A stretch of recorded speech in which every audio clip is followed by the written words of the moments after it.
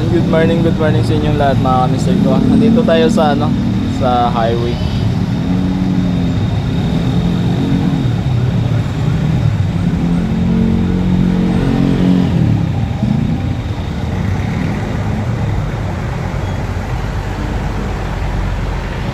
Pakita natin sa inyo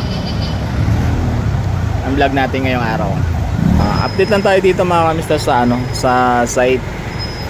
So far wala po kaming gawa dahil natapos na namin yung pagtakip ng manhole, at hindi pa rin namin siya napapadaanan mga kamister kasi box kasi wala pa siyang curing time. So by next week siguro padaanan na namin siya full. So meron kaming gagawin dyan sa gitna pagtawid nitong ng manhole. So yun na lang yung gagawin namin dyan para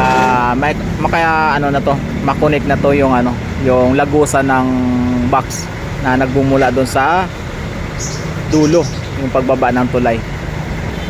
So maraming salamat sa inyo mga kamister sa inyong suporta mula nung D1 dito sa project. So see you sa next vlog natin mga kamister ko. At siyempre buhay construction pa rin ang upload natin halos araw-araw, ayan. So kasama sa amin dito ay ang MMDA, DPWH, ayan.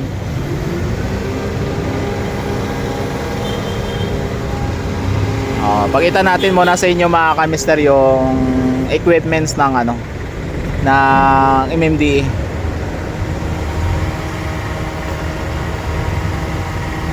Galing, no?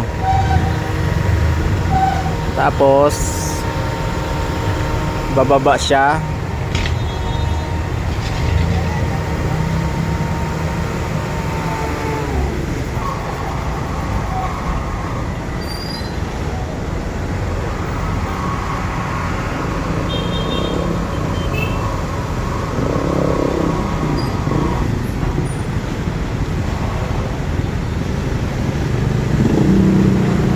Oh, 'di ba? Ang galing.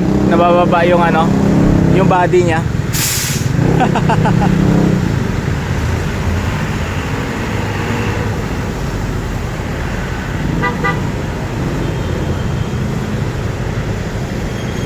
Ayan, lahat ng mga basura na nadampot nila diyan sa sa ilog, iniipon nila, sinasako at saka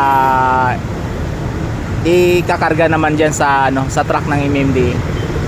So ayan mga kamister ko, hanggang dito na lang yung vlog natin. Abutin na natin ng 3 minutes. So maraming salamat. See you sa next vlog po natin mga kamister ko. I love you all.